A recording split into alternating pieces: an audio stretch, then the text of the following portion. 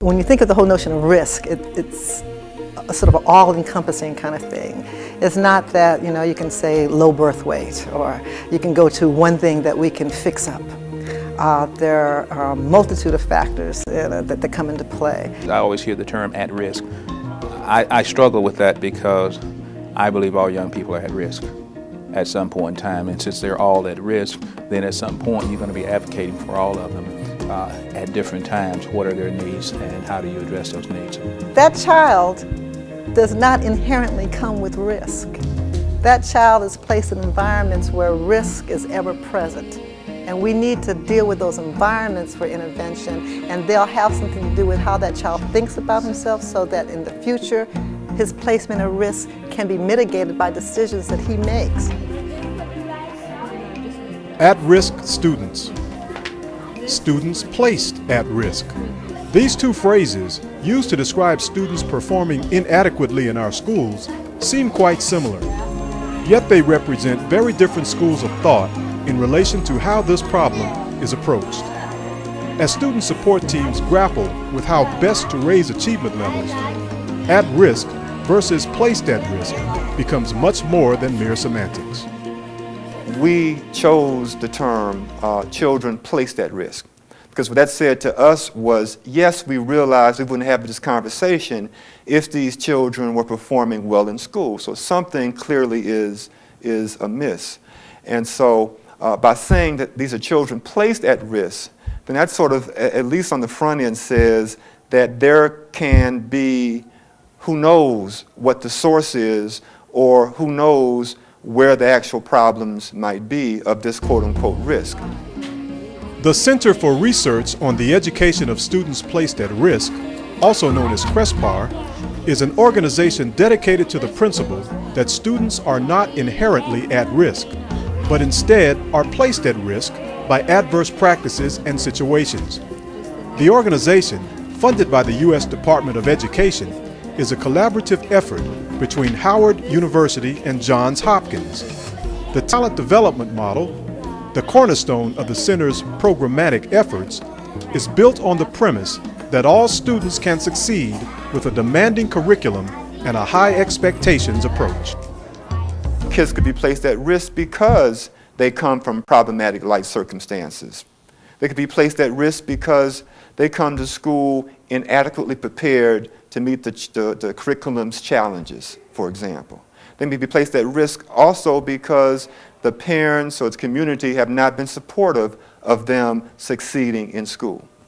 They may be placed at risk because the peer group in which they participate may not be supportive. It's not cool to do well in school kind of a mindset.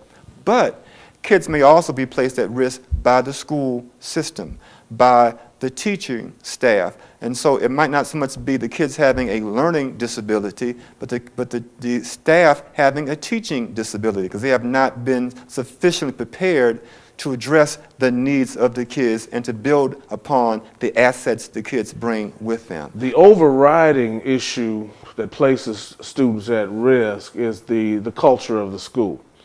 And when I say the culture of the school, I'm talking about a cultural context that in a sense mirrors the broader cultural context that the schools are placed in. One thing we know about schools is that schools are designed to reflect and reinforce and reproduce the culture that they exist within. So American schools, by definition, must reinforce and reproduce American culture. They don't make the decision of what school they go to most of the time. The child has no responsibility who that teacher has, whether the teacher's going to be an exciting, wonderful, challenging student that look at this child as someone who's wonderful and who has great assets that they want to get out over that year, or someone who thinks of as another African-American child who's, I'm just here killing my time collecting my paycheck. And there's significant variation of teachers, from excellent ones to very poor ones.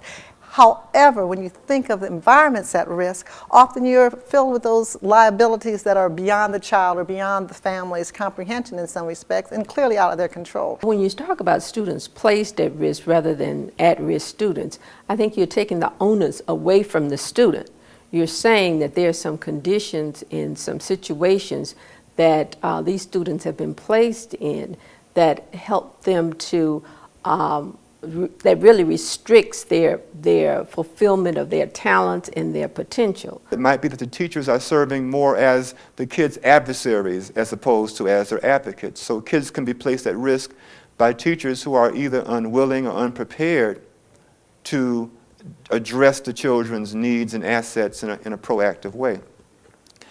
Kids can be placed at risk because the curriculum and the instruction are uninviting, uninteresting, or in other ways not curriculum or instruction that really reels the kids in and gets them engaged in the learning process. As our teachers move into their teacher education courses, they're often burdened with a view of low-income, minority status children as unteachable. As school districts across the country consider reform, they may well have to consider alternative programs. The special education programs of the past, by and large, have not produced the desired results.